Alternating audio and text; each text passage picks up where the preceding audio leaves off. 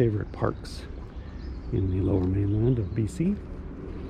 And today we're going to be checking out and shooting some pictures with my new old vintage camera, the Ricoh XR-1s, which is really cool. I kind of want to go over some of the really neat features of it.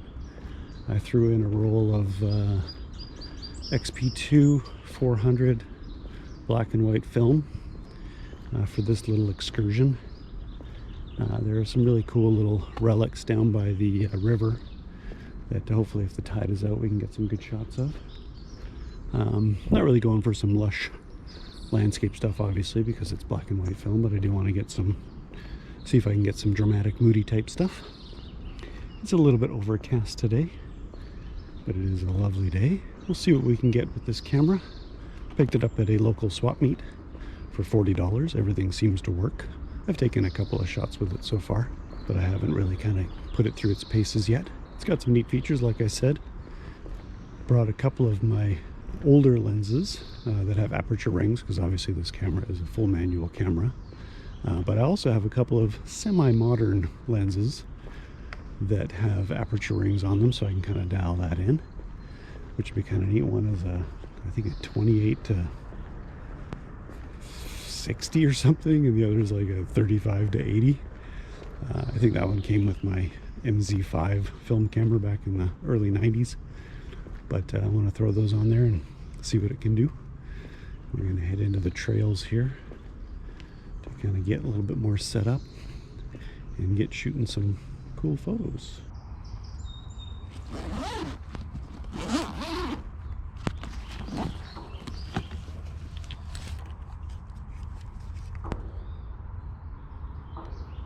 There it is there. I'm going to probably toss on, what do I have here? Maybe the old 1.750 mil. How about that? Sounds like a good choice. Awesome. We'll get that set up and then we'll continue on. Just heading into the trails here. It's a little darker in here. It might be a good thing that I put in a roll of ISO 400 film. Although it might brighten up a little bit, but that's okay. This camera does go up to shutter speed 1000, and there's some pretty cool features of this thing that I've noticed. I'll kind of go over these a little bit more when I get back home in my little garage studio. This little button here on the top is a depth of field preview.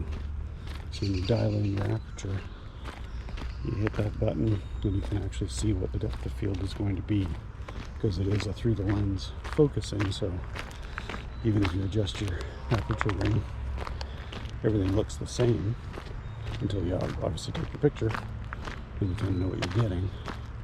But at least with this button here, you can kind of preview what the depth of field is going to be, which is kind of neat. So I don't know, we'll give that a whirl. Try that out. Just going to head through here. Some logs over there. We're going to try to get some shots of those. Actually, these reeds here look kind of neat. That might look good as a black and white shot. Let me give that a whirl. Hold on. So with this film stock, according to my light meter, I should be shooting at 1/1000th of a second, because it is ISO 400. If I shoot my depth of field, yeah, the background's a little bit blurry. The reeds are in focus. I'm going to overexpose a wee bit. Apparently that's what you're supposed to do with this camera. Fire off shot. Give it a wind. Nice.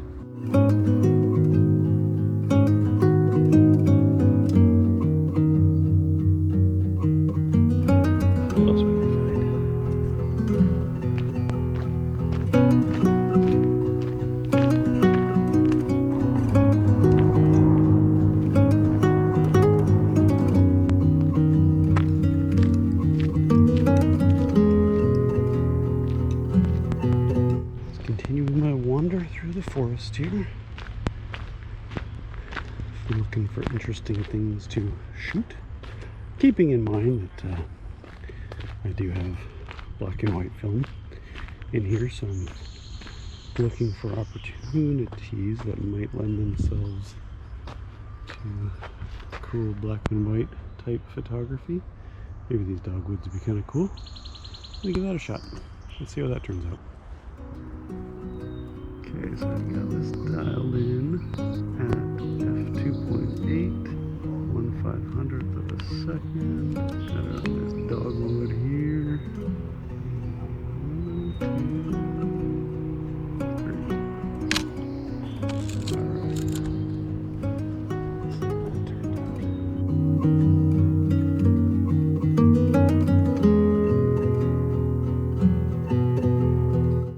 Yeah, when you used to shooting digital for so long, and then you go back to a full manual camera, whew, it makes a difference. But this thing's pretty cool.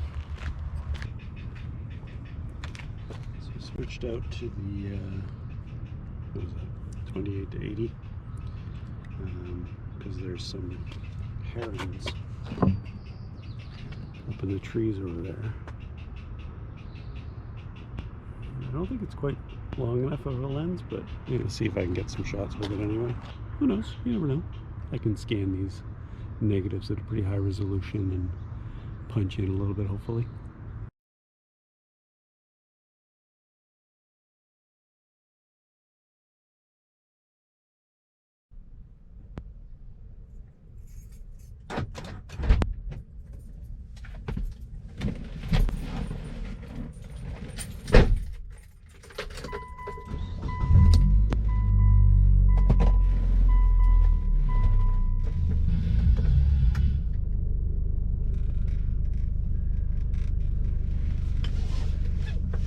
I'm gonna head over to another spot a little bit closer down to the river. There's a train trestle bridge that I want to see if I can get some good shots with. Hopefully the lighting will be cool. And there's another little spot a little bit further down that has it's like a cranberry fields. Got some little buildings out there that might look cool on film. Just a short little drive down here.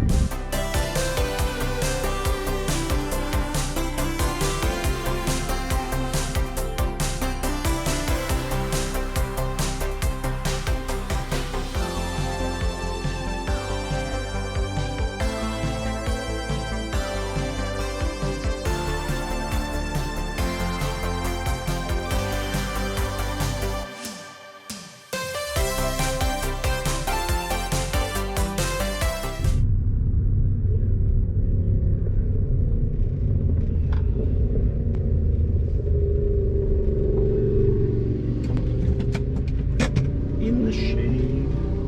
Everybody loves the shade. Alright.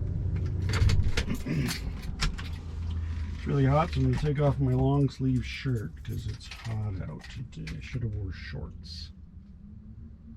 Oh well.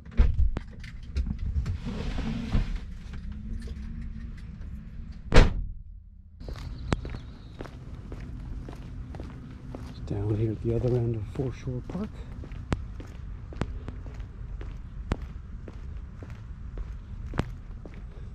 It's a lovely little park in South Burnaby, right on the Fraser River.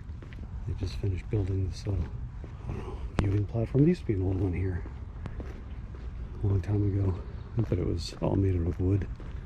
And I guess it was rotting away or something, so they had to rebuild it. So they just finished, I think, in the fall on this one. It's really nice. You can tell it's all concrete and steel now, so definitely more durable. Last a little longer. The other one was nice because it had like a center kind of seating platform thing, but this one's kind of cool because I mean you can bring your own seats if you want. A lot of people fish off of this, although this far down the Fraser River, I don't know if I would want to eat anything coming out of this part of the Fraser. There is a lot of industry still going on. A little bit further up the Fraser, I mean to the right, basically it just sort of winds its way down through past Burnaby, Vancouver, Richmond, and then into the Pacific Ocean. And then to the left, or east, northeast, into New West. And New West, there's a lot of, anywhere sort of New West east, there's a lot of industry along the river, pulp mills and things like that, and a lot of remnants of old industry. So I don't know if you're fishing in here. I don't know if I would want to eat anything coming out of here. But anyway, as you can see, that's where the train bridge is there. And there's some cool logs in the foreground. See if I can get a shot of that. All right, that might look all right, huh?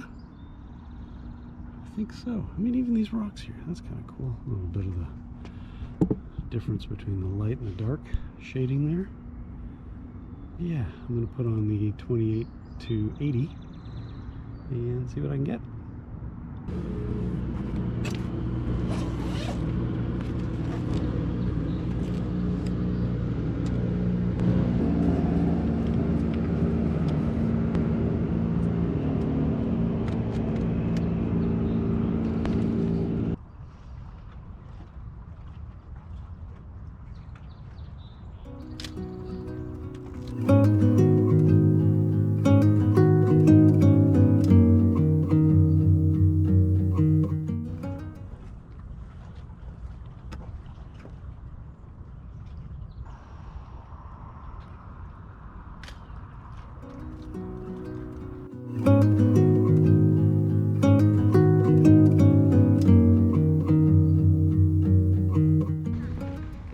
So for the last shot I took, I didn't want to talk on camera because there was somebody standing right beside me. I don't really like talking when there's people standing beside me. I put on a slightly more modern 35 to 80. And I think this one came with my MZ5 camera. Even back in the 90s, early 90s I think is when I picked that up. It does have an aperture ring, which is cool. It is better than the other 28 to 80 that I was using, but the main difference is it's definitely an autofocus lens because it doesn't even have any like knurling where you would manually focus. So you kind of have to just kind of turn the barrel to focus, but it's cool. It's definitely better than the other one for sure. The other one is a macro lens, but I don't know. I don't believe it is. But anyway, I'm gonna walk down here, see if I can get some of the old relics from the river, depending if the tide is out or not. Yeah, I don't think so.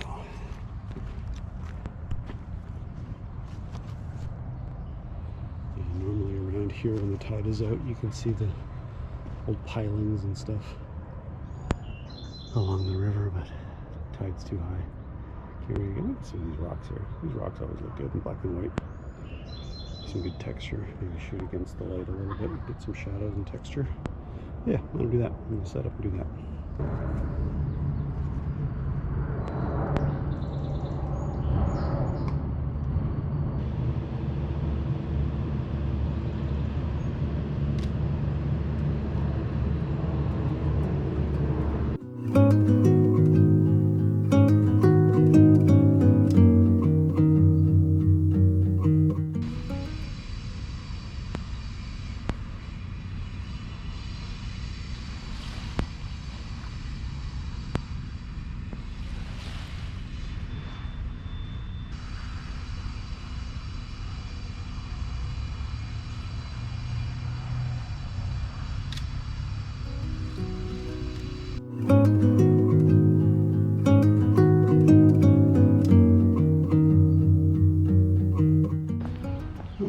I think I got maybe one more shot on this roll of 24, I think.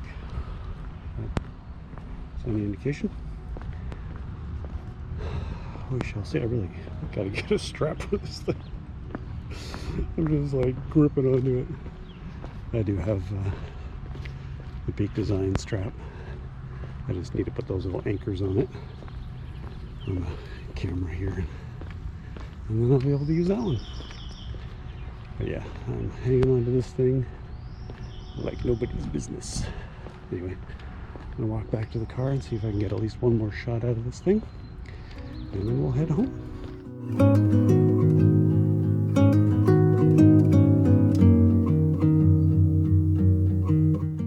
Good morning, everybody.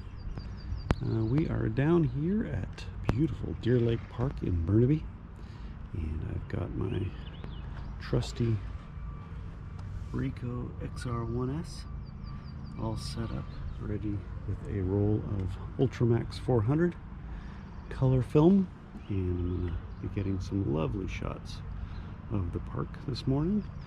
A lot of the flowers are in bloom. The little heritage center is over there. We've got the beautiful lake over that way. Some interesting clouds in the sky. Let's see what we can get. Let's head on over there into the gardens and see what kind of awesome photos we can get with this thing.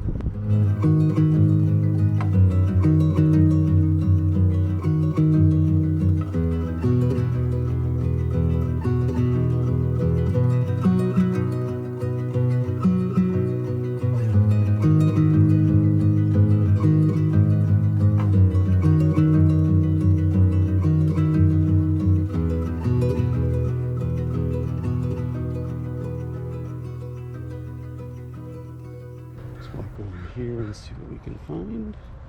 I'm looking for some nice kind of contrasting colors. It's an amazing day out here in the park.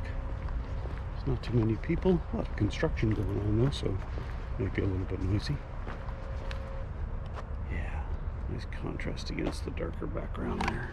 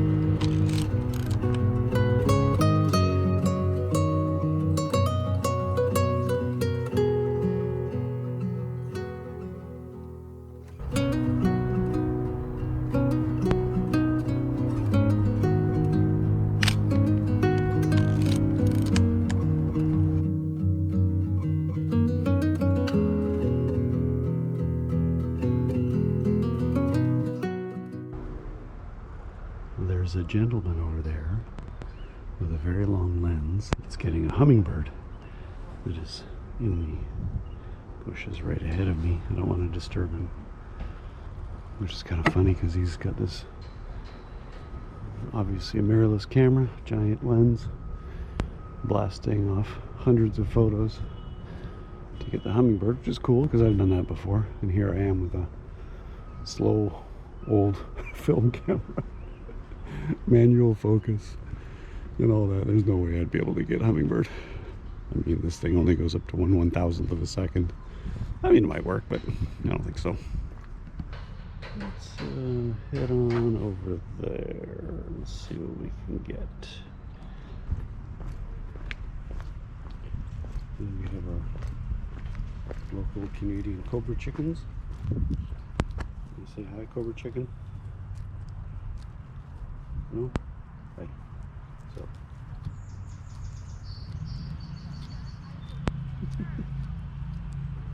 Just enjoying some brunch. Well, this is a nice shot here.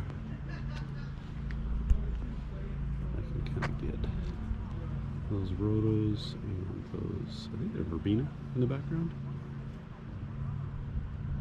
Yeah, look at that. But first, there's some bees here that I want to get.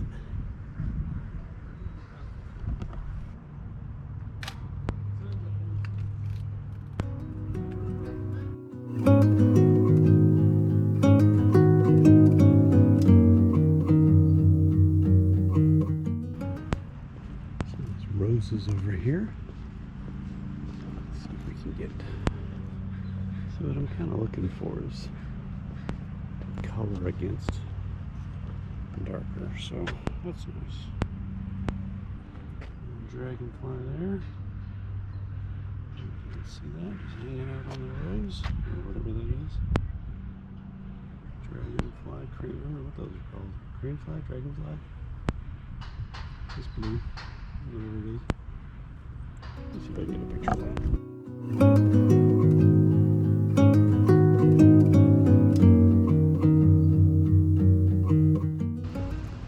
Some nice flowers here. What are these? Anybody know what these are? There's probably a sign here. Oh, this is nice. Background there. Yeah, see if I focus in here. That'd be kind of cool. Yeah, look at that.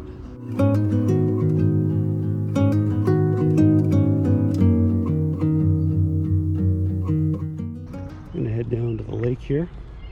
Get some shots of the water. See if there's any wildlife down there, any cool colors to get. Take advantage of the Ultramax film that I put in my XR-1s.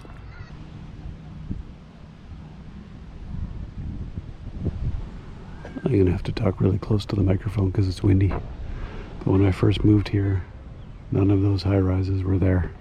And that was about 15 years ago. So the landscape has changed. That is the Metrotown area of Burnaby, South Burnaby. And of course you have this lovely lake. And actually all that land right there, that used to be a prison. Ocala Prison. And it was like I think a medium security prison. And it was also a work farm. So all this land over here, down by the water, was all farmland. And then they got rid of the prison and built a bunch of condos and houses. So it's still nice. You can walk over in that area there. So, but yeah, it's kind of an interesting history of this area back in the day. You know, I was heading back to the car here on the walkway, and I know you can't see it on the GoPro here, but way over in the distance on the other side of the lake is where they rent the canoes and kayaks and stuff.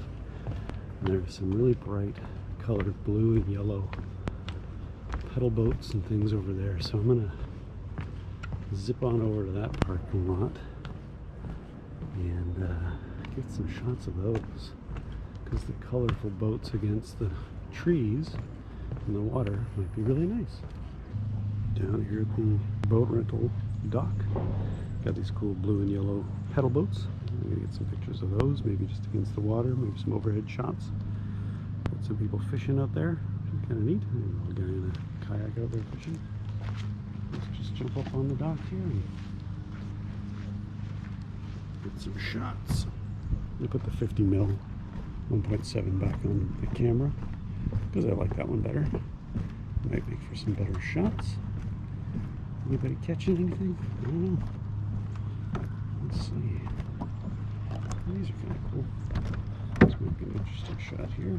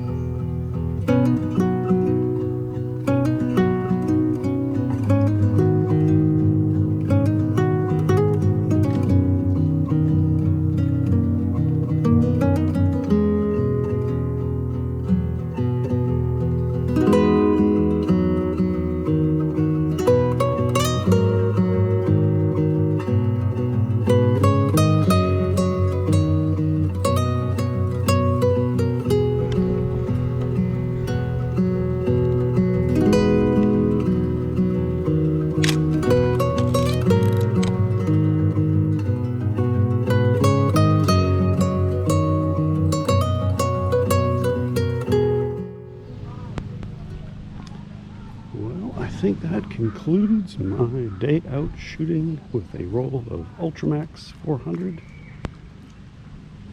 down at Deer Lake Park in Burnaby. Hopefully, I think we got some good stuff.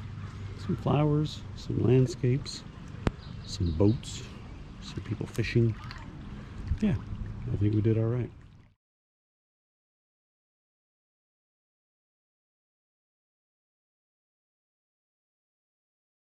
So my final thoughts on this brand new to me Ricoh XR-1s. I'm really digging it. With the roll of XP2, ISO 400, and the Ultramax 400, both performed flawlessly. Everything on the camera works perfectly.